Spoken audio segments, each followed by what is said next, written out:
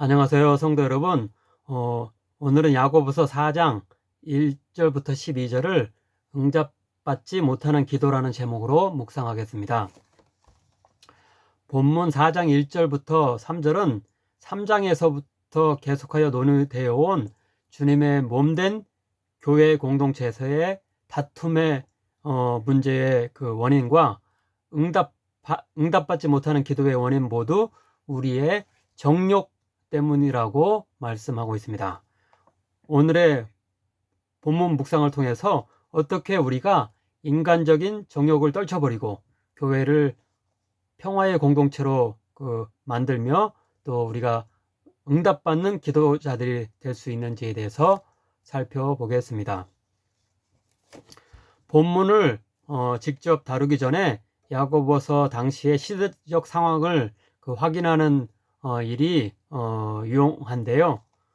즉 지난 시간에 이미 말씀드렸듯이 유대 역사가 요세푸스의 기록에 따르면은 당시 가장 중요한 양대 정치 종교적 집단으로 사두개파와 열심당이 있었습니다.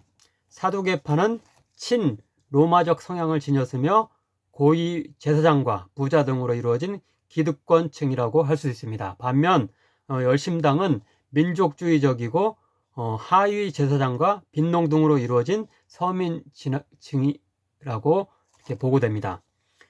저자인 야고보는 주후 62년 사두개파 대제사장이자 로마에 의해 임명된 유대 행정관이기도 했던 아나누스 2세에 의해서 율법을 위반했다는 이유로 사안에 들인 재판에 소집되었고 결국은 사형에 처해지고 집행됩니다.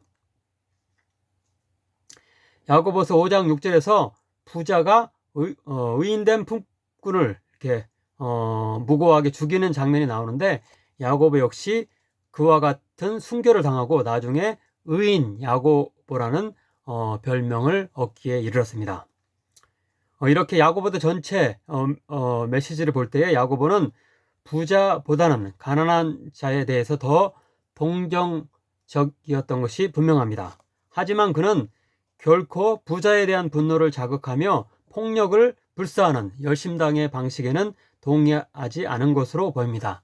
야고보서 전체에서 고난 가운데 인내함을 주장하며 하나님의 전적인 역사하심을 바라는 기도를 강조하는 모습이 그러합니다. 또한 바로 앞 단락에서 하나님의 지혜가 온유와 화평임을 교훈하는 것도 마찬가지로 그가 열심당의 방식에 동의하지 않았을 것이라는 걸 추측을 가능하게 합니다. 4장의 이해를 위해서는 당시 교회에 열심당적 성향을 지닌 자들과 사두개파적 성향을 가진 자들이 공존하고 있었음을 가정하는 것이 이렇게 도움이 됩니다. 예를 들어서 4장 2절은 너희가 욕심을 내어도 얻지 못하여 살인하며 시기하여도 능히 취하지 못하므로 라고 이렇게 여기 보면은 욕심을 내서도 잘 얻지 못하니까 살인하는 행동까지 할 정도로 그런 아주 무시무시한 그런 대목이 나오고 있는데 따라서 이 구절은 단순히 어떤 개인적인 기도, 개인적인 기도의 차원에서 어떤 우리가 정욕을 버려야 된다 이런 것을 얘기하는 것이 아니고 아주 그런 세상에 극단적인 어떤 그런 살인까지 저지를 수 있는 그런 어떤 세상적인 신점에 사로잡힌 어떤 그런 모습이라고 할 수 있겠습니다. 또한 5장 6절에는 부자들이 의인된 가난한 품꾼을 살해하는 장면이 나오고 있고 2장 11절에서는 살인하지 말라 라는 또 계명이 나오는데 이 구절들 역시 당시 사회와 교회에서 이렇게 살인을 또 저지른 일이 이렇게 자주 빈번하게 일어날 정도로 강한 긴장과 대치가 있었음을 우리가 짐작할 수 있습니다. 십자군 전쟁 시에도 기독교인 병사들은 하나님이 우리와 함께 하신다 라는 문구를 벨트에 새겨 넣은 채 이슬람 교도들을 학살하러 갔다고 했습니다. 그런데 어떻게 하나님이 이런 잘못된 소원과 기도에 응답하실 수 있겠습니까? 예.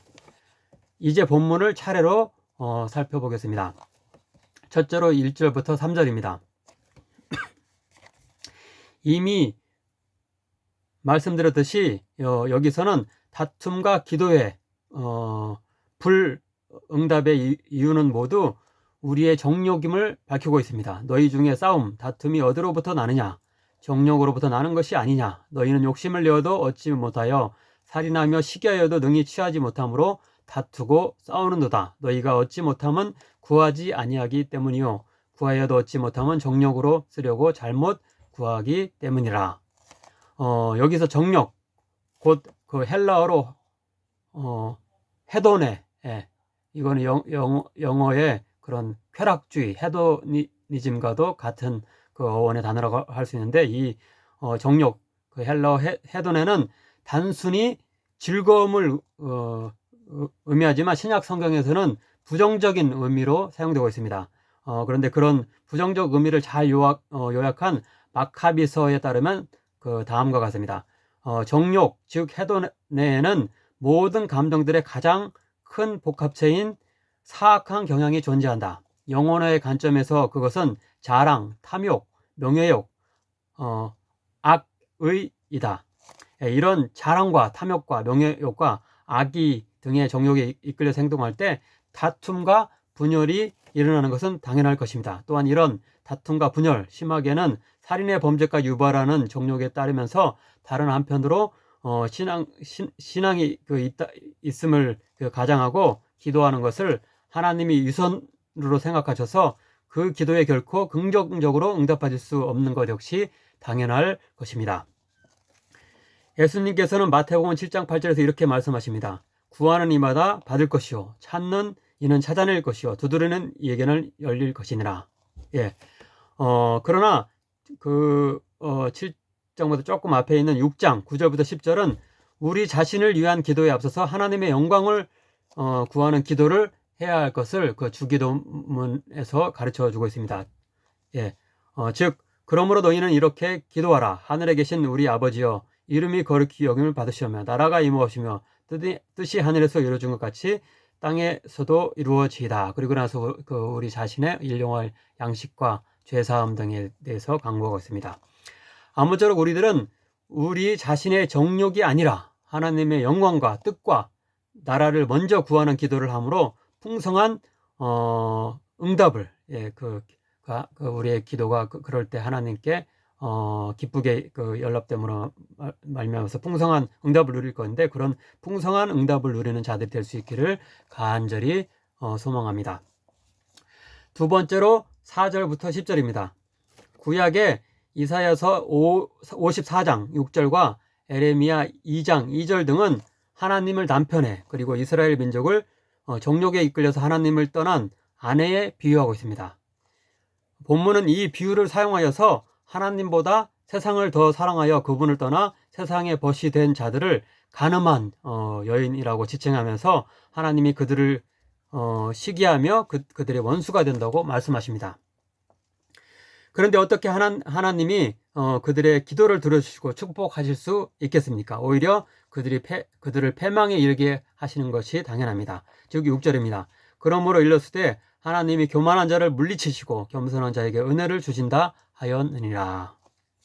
이어서 7절 이하는 이제 우리를 세상의 정욕으로 유혹하는 마귀를 대적하고 겸손한 가운데 하나님께로 다시 돌아갈 것을 권고합니다. 특별히 8절은 하나님을 믿는다 하면서도 다른 한편으로 세상과도 벗한 자를 죄인들아, 그리고 두 마음을 품은 자들아 라고 지칭하면서 회개하고 돌아올 것을 명령합니다. 하나님을 가까이 하라. 그리하면 너희를 가까이 하시리라. 죄인들아, 손을 깨끗이 하라. 두 마음을 품은 자들아, 마음을 성결하게 하라. 아무쪼록 우리들은 우리의 속한 교회에 분열과 다툼이 있으며 기도가 왜 잘 응답되지 않을까 등의 의문들이 생길 때 우리 자신을 다시 한번 돌아볼 수 있게 되길 바랍니다. 혹시 하나님보다 내가 세상을 더 사랑하고 있는 것이 아닌가? 나 자신의 악한 정욕과 세상적인 지혜에 더 의존하고 있지는 않는가? 등을 돌이켜 볼 수 있길 바랍니다. 만약 그러하다면 통회에 자복하고 겸손히 다시 하나님께 나아가 그분의 지혜와 능력을 의지할 수 있게 되길 바랍니다. 10절은 주 앞에서 낮추라 그리하면 주께서 너희를 높이시리라 라고 약속하고 계십니다. 세 번째 마지막으로 11절, 12절을 묵상하겠습니다.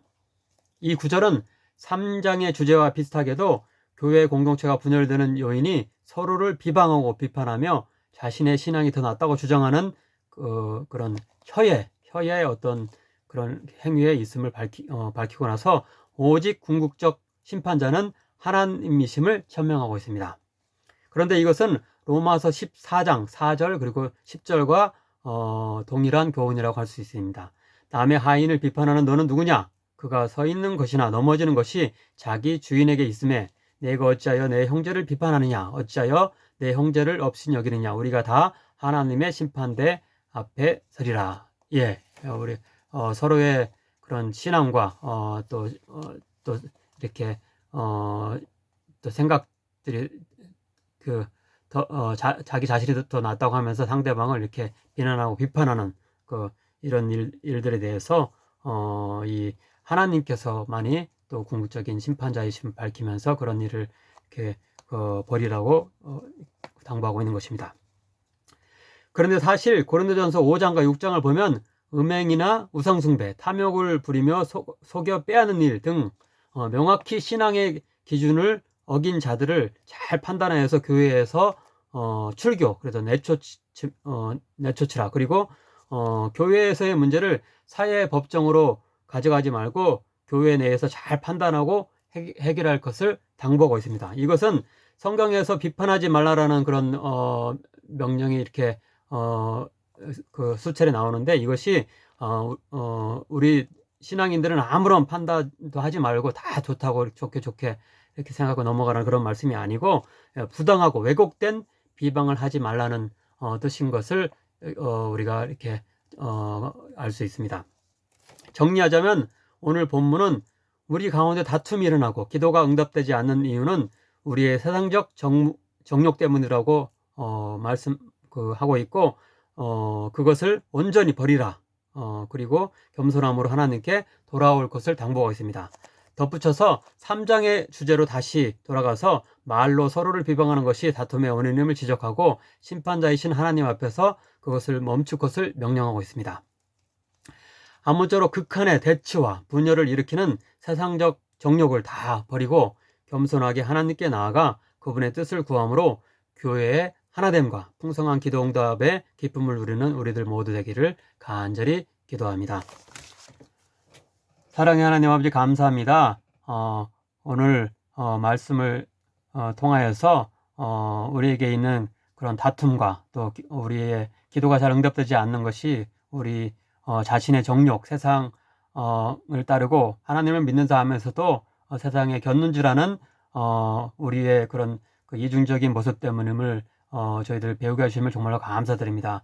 온전히 정말로 하나님께 우리 자신을 드릴 수 있는 자들 될 수 있도록 인도해 주시고 세상적 지혜와 방식을 또 주장하며 다른 이들을 또 비난하는 그런 데까지 이르는 자들이 아니고 통해 자복하며 그 하나님께 나아가고 하나님의 그 지혜, 평화에 또 길을 갈 수 있는 자들 될 수 있게 도록 저희들 능력으로 붙잡아 주옵소서. 감사함의 예수님의 이름으로 기도하옵나이다. 아멘.